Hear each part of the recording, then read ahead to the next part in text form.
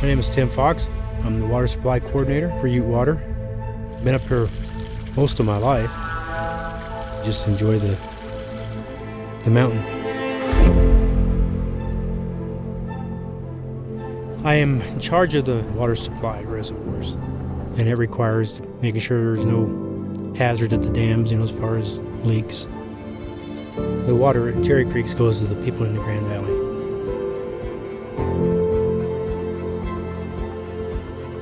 If I don't get up and do my job daily and take care of our reservoirs, there's a chance that we could have a failure of the dams and people in the valley would be without water. It's very dangerous at times. I guess to put it in words, I don't know what to say, but there's quite a bit that really goes into the safety of a dam that people don't see. They don't realize what goes into get that clean water to their tap. I don't do it for recognition. I don't think people at Ute Water do it for recognition. They do it because they enjoy their jobs. There are days where it's difficult to do our job. You got to get the job done, and you got to get the water to where it needs to go. And I'm just the first step in getting the water to where it needs to go. It still has a long process before it ever gets to your tap.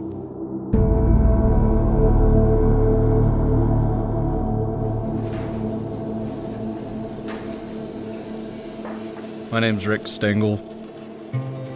My name is Patrick Orient, and we maintain our source water.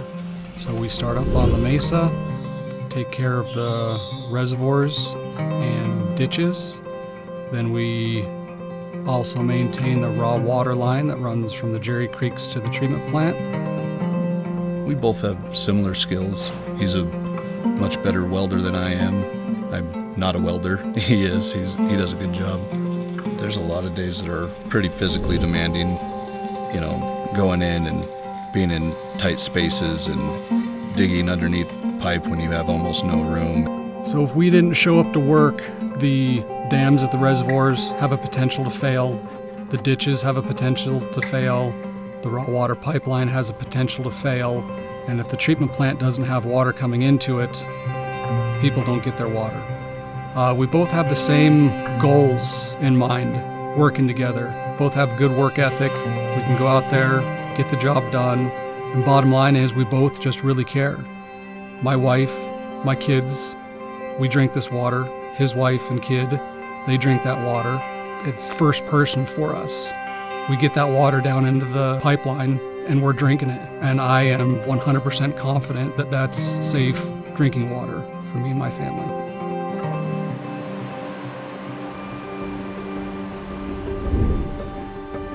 My name is Lacey Boughton, and I'm an operator at Ute Water Treatment Plant. And I am Allison Diedrich. I am a laboratory chemist. This treatment plant never sleeps, and the equipment here, it's running every single day, and it's running submerged in water. And eventually, things are gonna break. So there's a lot of preventative maintenance that goes on. I love that I get to serve 90,000 people in our Grand Valley and give them the best water possible. The lab is going to be who goes out there. They take bacteriological samples that reflect what is happening out there at the tap. The laboratory is the last and final check to verify that all of the water that has come through the treatment plant is clean and is safe as it goes out into our communities. If Ute Water didn't treat water, we could have waterborne diseases. We ensure that those catastrophic events don't happen. I grew up pretty close to the Jerry Creeks. When I was a kid, I knew that they were people's drinking water. Water has its own personality. We treat an amazing source. It's Grand Mesa snowmelt. I don't think there's anything more western slope than our water here, and I feel lucky to be a huge role in that. As long as Ute Water is here, you can turn on your tap and have clean, safe drinking water. We had a water break at Cameo, and it was a big one. The vault had ruptured, the clamp had disappeared. It was, I believe, the day before Christmas Eve. We worked Christmas Eve, Christmas Day, and the day after. It was a tough job.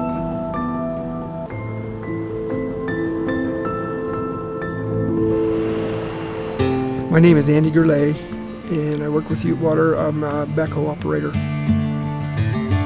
When water leaves the treatment plant, it diverses into a 36-inch line that we have on the north side of the interstate, and then we have a 24-inch line that goes around through Orchard Mesa. There's over 80,000 meters that we are feeding, and it's fed into their water canals.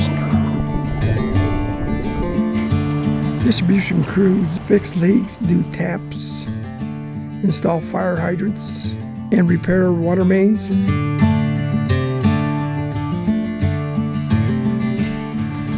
You know, you hope that nothing ever happens. But I mean, we've had some close calls, and it's very frightening. It really is.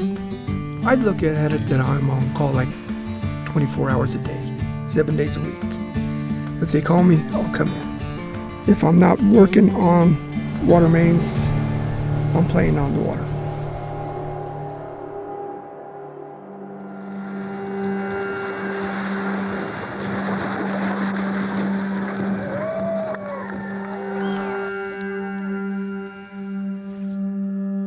Ute Water was formed because there was a need.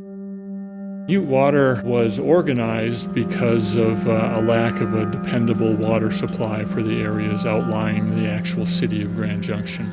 The towns of Palisade, inner city of Grand Junction, and the inner town of Fruita had domestic water service, and all the rural areas didn't. The rest of the people, they'd fill their cisterns out of the canals, dump a quart of bleach in it, and drink it. So a bunch of farmers got together and organized Ute Water. And so Ute Water had to develop its own water sources up on the Grand Mesa, which it did. And they put the original system together for about $9.5 million. That's pipe, treatment plant, everything. And then started delivering drinking water in December of '64 to about 1,800 customers. There was a lot of people didn't think they'd make it. But now we serve about 70% of the valley. History drives a lot of our decisions. I engage in conversations with board members who remember what it was like to haul water, to actually pour bleach in their water in their homes in order to treat that. As a younger individual, that's a very humbling moment. They're the history, but it's always Grand Valley people. We exist for that. This is one heck of an organization today. Organization's only as good as its people. We've got great people. And we're here for our community. We want to be part of our community. You know, it's hard to imagine your life without water. We understand that people depend on us for a service, and we have people who will drop everything. People like Tim Fox, who are monitoring those reservoirs each day. People like Rick and Pat, who make sure that the process from getting it from the mesa to the treatment plant and then from the treatment plant out into the tanks is seamless. People like Lacey, who will forfeit their Christmas with their family to make sure that the treatment plant is running the way it needs to be run.